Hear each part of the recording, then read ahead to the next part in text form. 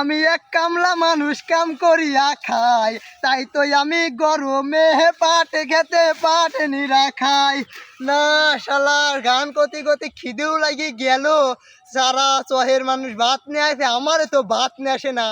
আমার খাওয়ালে ডাক দেই তালহার। ও তালহা বেটা, কোনে গেলে তাড়াতাড়ি সে গেল, ভাত নিয়ে এসে আমার খিদি লাগি গেছে।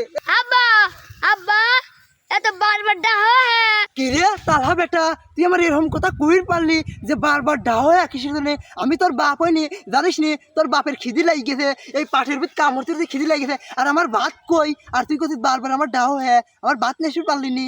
আব্বা তুমি শোন কামে চলে আইছে, শোন আম্মু টুট করে লোকিন পাড়ায় চলে গেছে, আম্মুর বান্ধবীর সাথে গল্প করবি। কি কইস বেটা, তোর মা পাড়া গল্প হেবড়ে গেছে তোর মার বান্ধবীর সাথে, এদিকে আমার ভাত নাই দিতে হবে দি। আরে আল্লাহ রে, আমার গেদার মা আমার ভাত নাই দি খায়নি বাদ দি, আর পাড়ার বান্ধবীর সাথে গল্প হেবড়ে গেছে আমার গেদার মা, এইদিকে আমি পাট খেতে খাইটি মরি রে। আরে আল্লাহ, আমার কপালে এইটা কি ছিল, আমার কপালে আর সুখ হইল।